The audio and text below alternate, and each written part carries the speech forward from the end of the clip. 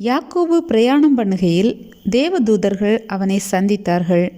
யாக்கோபு அவர்களை கண்டபோது இது தேவனுடைய சேனை என்று சொல்லி அந்த ஸ்தலத்திற்கு மக்னாயீம் என்று பெயரிட்டான்.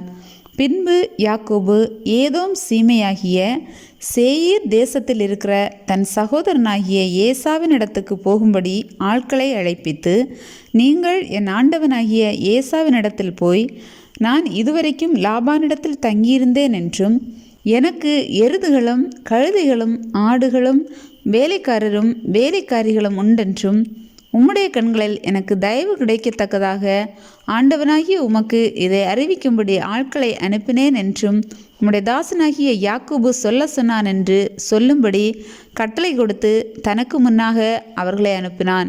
அந்த ஆட்கள் யாக்கோபினிடத்துக்கு திரும்பி வந்து, நாங்கள் உம்முடைய சகோதரனாகிய ஏசாவினிடத்துக்கு போய் வந்தோம், அவரும் 400 பேரோடே உம்மை எதிர்கொள்ள வருகிறார் என்றார்கள்.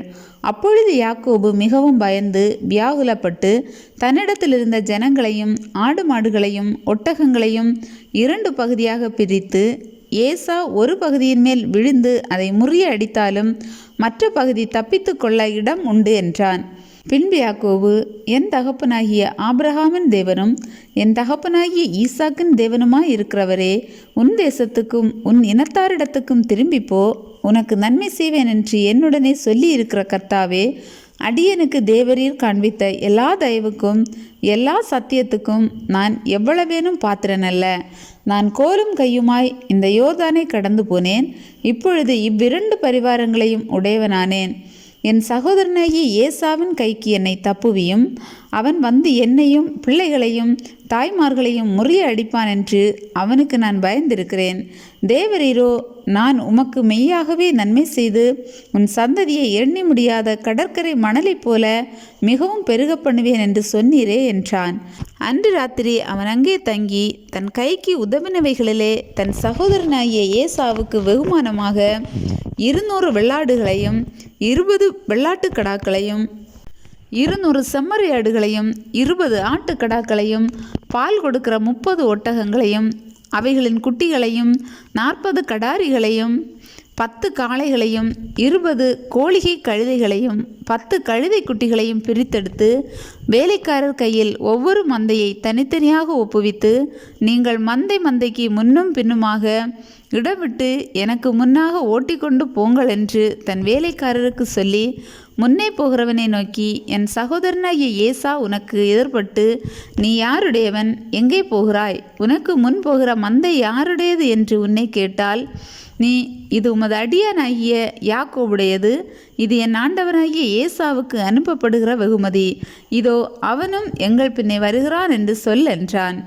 2ஆம் 3ஆம் வேலைக்காரனையும் மந்தைகளின் பின்னாலே போகிற அனைவரையும் நோக்கி, நீங்களும் ஏசாவை காணும்போது இந்த பிரகாரமாக அவனோடே சொல்லி, இதோ உமது அடியனாகிய யாக்கோபு எங்கள் பின்னாலே வருகிறான் என்றும் சொல்லுங்கள் என்று கட்டளையிட்டான். முன்னே வெகுமதியை அனுப்பி அவனை சாந்தப்படுத்தி கொண்டு, பின்பு அவன் முகத்தை பார்ப்பேன், அப்பொழுது ஒருவேளை என் பேரில் தயவாயிருப்பான் என்றான். அந்தபடியே வெகுமதி அவனுக்கு முன் போயிற்று. அவனோ அன்று ராத்திரி பாளையத்திலே தங்கி ராத்திரியில் எழுந்திருந்து தன் 2 மனைவிகளையும் தன் 2 பணிவிடைக்காரிகளையும் தன்னுடைய 11 குமாரரையும் கூட்டிக் கொண்டு யாப்போக்கு என்கிற ஆற்றின் துறையை கடந்தான். அவர்களையும் சேர்த்து ஆற்றை கடக்க பண்ணி தனக்கு உண்டான யாவையும் அக்கறைப்படுத்தினான். யாக்கோபு பிந்தி தனித்திருந்தான். அப்பொழுது ஒரு புருஷன் பொழுது விடியுமளவும் அவனுடனே போராடி அவனை மேற்கொள்ளாததைக் கண்டு அவனுடைய தொடை சந்தை தொட்டார். அதனாலே அவருடனே போராடுகையில் யாக்கோபின் தொடை சந்து சுளுக்கிற்று. அவர், நான் போகட்டும், பொழுது விடுகிறது என்றார். அதற்கு அவன், நீர் என்னை ஆசீர்வதித்தால் ஒழிய உம்மை போகவிடேன் என்றான். அவர், உன் பேர் என்ன என்று கேட்டார். யாக்கோபு என்றான். அப்பொழுது அவர், உன் பேர் இனி யாக்கோபு எனப்படாமல் இஸ்ரவேல் எனப்படும், தேவனோடும் மனிதரோடும் போராடி மேற்கொண்டாயே என்றார். அப்பொழுது யாக்கோபு, உம்முடைய நாமத்தை எனக்கு அறிவிக்க வேண்டும் என்று கேட்டான். அதற்கு அவர், நீ என் நாமத்தை கேட்பானேன் என்று சொல்லி அங்கே அவனை ஆசீர்வதித்தார். அப்பொழுது யாக்கோபு, நான் தேவனை முகமுகமாய் கண்டேன், உயிர் தப்பி பிழைத்தேன் என்று சொல்லி அந்த ஸ்தலத்துக்கு பெனியேல் என்று பெயரிட்டான்.